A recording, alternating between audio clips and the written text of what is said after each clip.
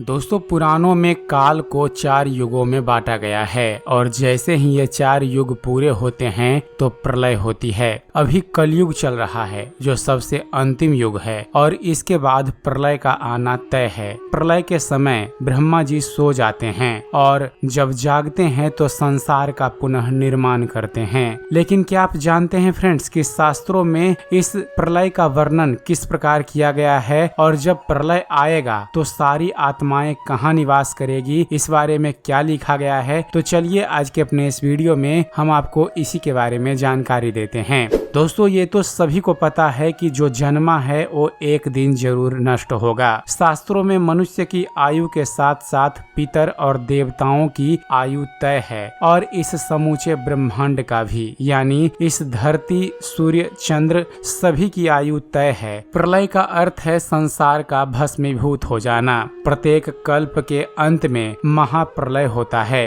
अभी बराह कल्प अपने प्रथम चरण में चल रहा है। एक कल्प को 4 अरब 32 करोड़ मानव वर्षों के बराबर बताया गया है, जो ब्रह्मा का एक दिवस के बराबर है। फ्रेंड्स, हिंदू धर्म शास्त्रों में प्रलय के 4 प्रकार बताए गए हैं। पहला नित्य, दूसरा नैमित्तिक, तीसरा द्विपार्थ और चौथा प्राकृत।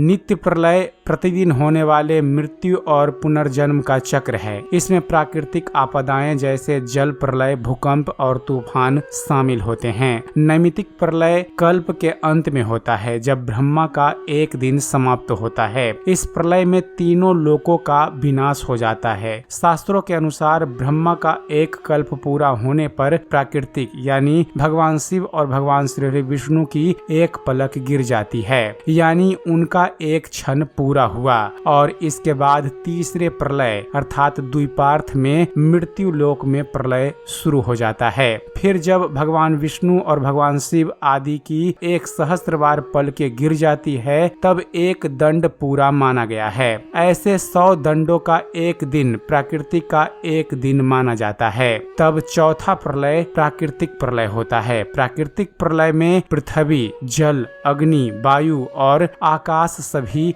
लीन हो जाते हैं। इसमें संपूर्ण ब्रह्मांड भस्म होकर पुनः पूर्व की अवस्था में हो जाता है और कहने को सिर्फ ईश्वर ही विद्यमान रह जाते हैं। महाप्रलय में संपूर्ण ब्रह्मांड वायु की शक्ति से एक ही जगह खींचकर एकत्रित एक सूक्ष्माति सूक्ष्म अनुरूप में बदल जाती है। तब प्राकृतिक ब्रह्म में लीन हो जाती है और संपूर्ण ब्रह्मांड शून्य अवस्था में हो जाता है। न जल होता है, न वायु, न अग्नि होती है और न आकाश और न अन्य कुछ। अंततः काल के बाद पुनः सृष्टि प्रारंभ होती है। हिंदू शास्त्रों के अनुसार जब संसार में अधर्म और पाप की मात्रा अत्यधिक बढ़ जाएगी तब प्रलय आएगा, जो कि कलयुग के अंत में होगा। इस समय तक लोग भूख और सूखे से व्याकुल रहेंगे और सभी की नजरें आकाश की ओर रहेगी। लोगों की अधिकतम आयु 30 वर्ष रह जाएगी और सूरज में गर्मी इतनी ज्यादा बढ़ जाएगी कि लोग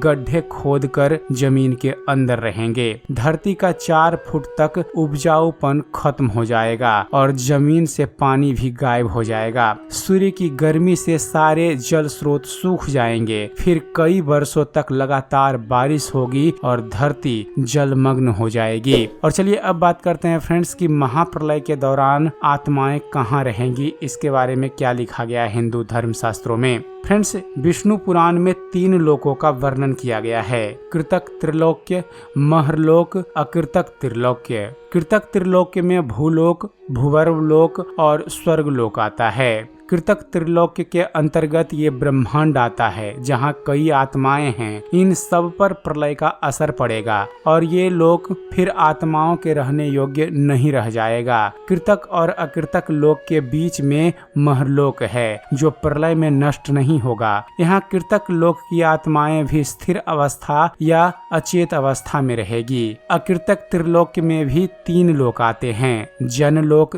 तपलोक और सत्यलोक। यहाँ जहाँ सभी पुण्य आत्मा और उससे ऊपर की श्रेणी की आत्माएं अचेत अवस्था में अनंत काल तक रहेंगी। तो दोस्तों यह थी एक छोटी सी जानकारी कि हमारे हिंदू धर्म शास्त्रों में महाप्रलय के बारे में क्या क्या लिखा गया है। तो उम्मीद करते हैं फ्रेंड्स आप सभी को हमारा वीडियो पसंद आया होगा। वीडियो पसंद आया हो तो वीडियो को लाइक और शेयर करना मत भूलिएगा और ऐसे ही ज्ञानवर्धक वीडियो देखते रहने के लिए आप हमारे इस चैनल ज्ञान मंथन को सब्सक्राइब जरूर कीजिएगा। आप हमारे इस चैनल को सब्सक्राइब कीजिए और देखते रहिए, जानते रहिए। धन्यवाद। जय हिंद।